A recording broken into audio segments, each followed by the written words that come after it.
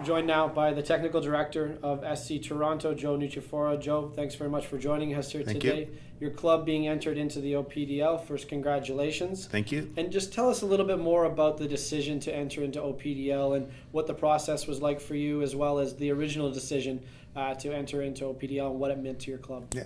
Well, the club as a whole and the board members decided that we were going to apply for the second time around just to get all the kinks worked out in our own end, start the LTPD process in the club, and we decided now was the best time for us to go through the RFP process and then apply. We want to be a full service club to our members, so able to apply or to organize programs for all levels of play. So this is one of the long lines of our 5-year goal, and hopefully with everything going forward, we can just move along and get things going. OPDL franchise, it's not an easy thing to accomplish. The standards are quite high. Did you feel confident going into the process that you had enough to sort of be one of the clubs that were selected? Yeah, I was involved with a previous OPDL club in my last employment, so I knew what the standards were. I knew what needed to be done. So I was quietly confident that we can get the job done, and with the resources that the club gave to me and my staff, and with the support of the board members and the GM, that we would be able to get it done. Yeah.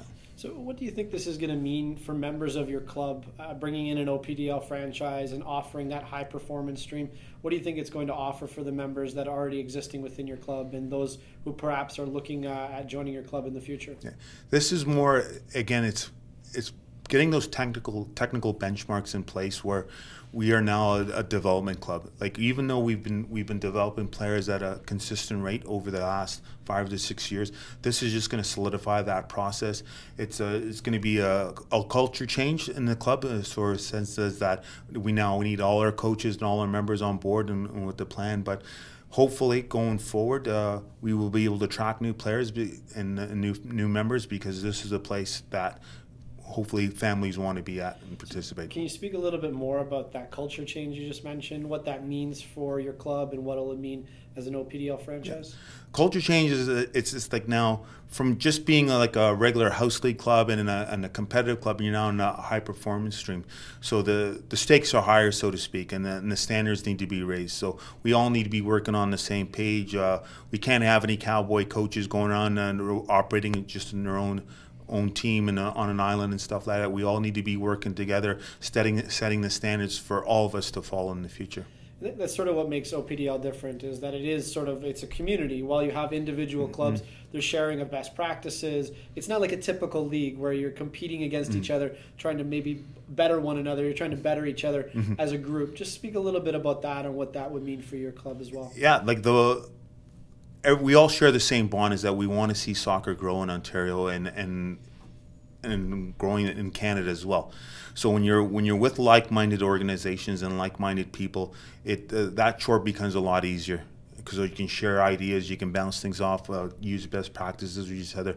So people say, well, this didn't work for me in previous years, but it might work now. So it's one of those things where I look forward to the challenge. I look forward to getting back into that and working with, again, like-minded individuals and like-minded organizations. So 5-10 years down the road, where do you see SC Toronto and OPDL within SC Toronto, just as a vision for your club? Well, right now, we're looking at 5 years down the line. Hopefully, we can keep that standard going with OPDL, and looking to expand in our men's and women's programs, maybe with a League One, and just become, again, a full service club where we offer programs and teams and places to play for all our members from the ages of U5 all the way up to open age groups, maybe even over 35. That's our goal.